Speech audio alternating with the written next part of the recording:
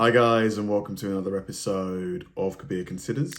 In this video, we're going to react to the secret world of Freemasons. Now, I remember growing up as a kid, you always used to hear about how Freemasons and the Illuminati control the world, how they're this secret organization with this weird initiation ritual and this and that. You know, I think most of us have heard like those rumors before. And, you know, there is a part of me that thinks, you know, like there's no smoke without fire, but whether they rule the world or anything like that, probably not. It's the world's most well-known secret society. Rich with symbols and ritual, it's the source of legends, parodies. Who controls the British crown? Who keeps the metric system down? We do. We do. And conspiracy theories. Because so much organized crime uses the Masonic secret system and the good old boy network to be able to get away with murder. And I mean murder. Welcome to the world of Freemasonry. True or false, the Masons are a secret society? No, that's false. UCLA history professor Margaret Jacob is one of the world's leading experts on Freemasonry. True or false, Freemasonry is a religion? No, it's false. True or false, Masons were behind the American Revolution? False. False, false. Okay, but what about on the dollar bill? The eye and the pyramid? Yeah. I mean, that's Masonic, right? No, everybody says Masonic. In fact, it's a commonplace in the 18th century, that particular set of symbols. True. Freemasons laid the corner. But the thing is, if they were a secret organization with, you know, so much influence and power, they wouldn't want anyone to know, would they? So even her, like being a professor, like, who's to say she knows everything about them? Stone of America. Well, at least some of its most iconic structures. So what is Freemasonry? Simply put, it's the world's oldest and largest fraternity. Its membership a who's who of world history. George Washington, Benjamin Franklin, Winston Churchill, Mozart, Davy Crockett, Franklin Roosevelt, Harry Houdini, Gerald Ford, Henry Ford, John Wayne, even Colonel Sanders. If you want to be a Mason, you can petition a local lodge for membership. You'll need to demonstrate good character and belief in some sort of supreme being. Oh, and in almost all lodges, it's men only. Next, you're up for a vote, says New York. So you have to believe in a God. Doesn't have to be, you know, Christianity, Islam. It has to be just you have to be religious in some form. State Grand Master James Sullivan. The lodge votes to accept you, and then you have the 3 degrees that you go through. Once you earn the 3rd degree, and yes, that's where the phrase comes from, you can join any number of Masonic offshoots. Take Brent Morris. He's a 33rd degree Mason and a historian at the House of the Temple for the Supreme Council of the Scottish Rite of the Southern Jurisdiction. You know, it's that big building in Washington, D.C. This isn't like the Masonic Vatican, but it's an important building. It's an important building. Absolutely right. It's one branch of Freemasonry in the United States, and that's our headquarters building. Inside the So temple. what do they do? Like how often do they meet? Like what kind of things do they discuss? Or is it like what do they do? Room is a stunner. And downstairs, there's this. This is the flag that Buzz Aldrin took to the moon with him. This flag, Supreme Council 33 Southern Jurisdiction, went to the moon. Wow. Now, if tiny hats and small cars are your thing, then there are the party animals of Freemasonry, the Shriners. You may know them better for their 22 children's hospitals, where patients don't have to pay a cent. Wow. The Masons are philanthropic. They reportedly donate $2 million to charity every day. What?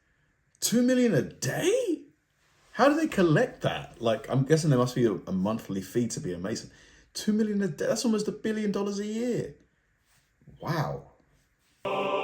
Freemasonry began in medieval Europe as a guild for stonemasons, but lived on as a social organization. 1717, the first Grand Lodge is created in London.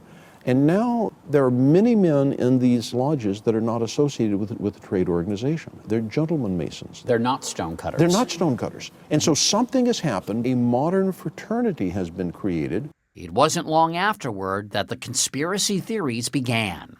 All these men with different neighborhoods, different professions, meeting in the cafe, breaking bread together, doing rituals. What could this be? So the response on the part of the authorities was, oh my God, this is a conspiracy. And so in 1738, Pope Clement XII issued the Catholic Church's first decree against Freemasonry. But why? And it still applies today. Isn't that interesting? Just because it was a large group of people, like, you know, some were threatened by it. It's fascinating, isn't it?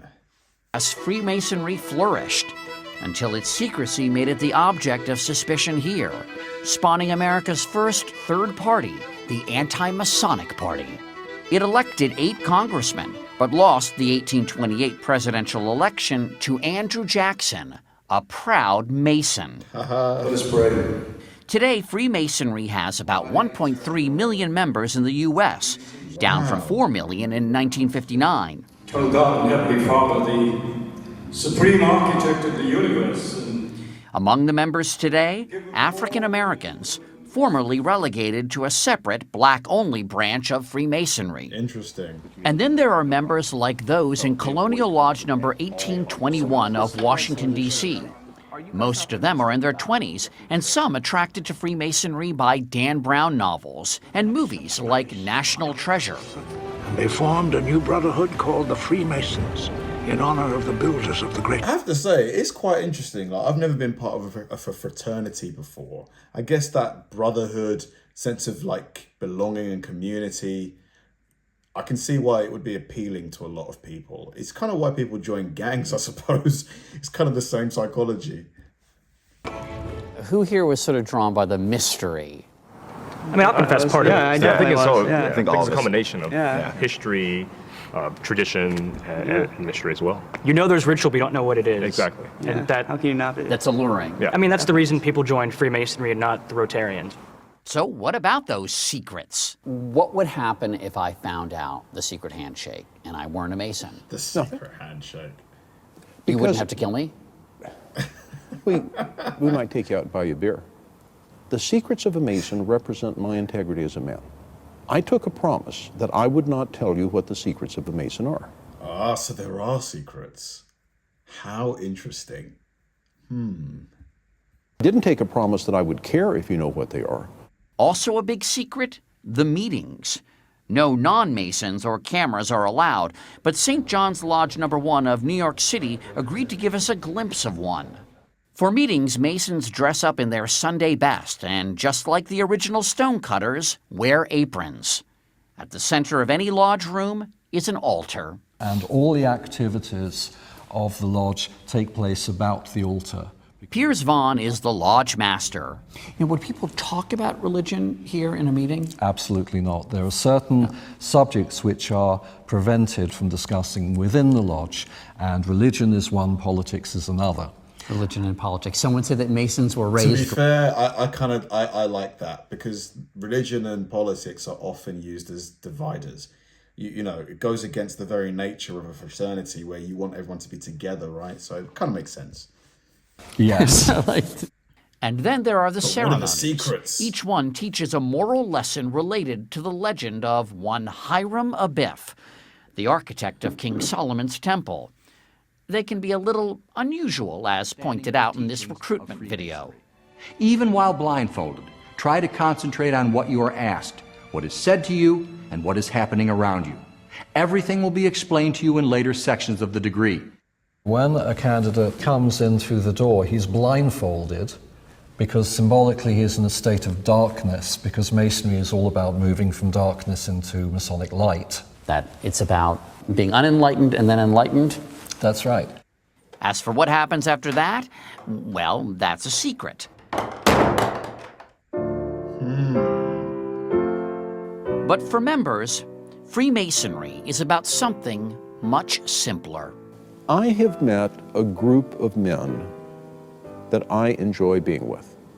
These are people that I go out to dinner with, we socialize together. They're guys I like to hang with. They're my friends.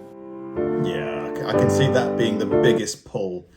Very interesting. I mean, very, very, very interesting. We didn't really learn a lot about the secrets, but we did learn a bit about the history. 1717, that's a long time. Long time it's been around.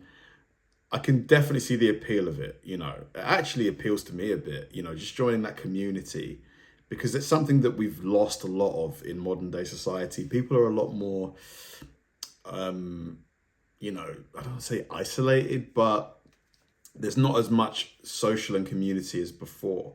So I can see why the appeal of joining a big organization like that would be appealing. But yeah, I definitely want to know more about the secrets. If there's any Freemasons watching this, please let me know. Like, what is it like? Thanks for watching, guys, and I'll see you in the next one.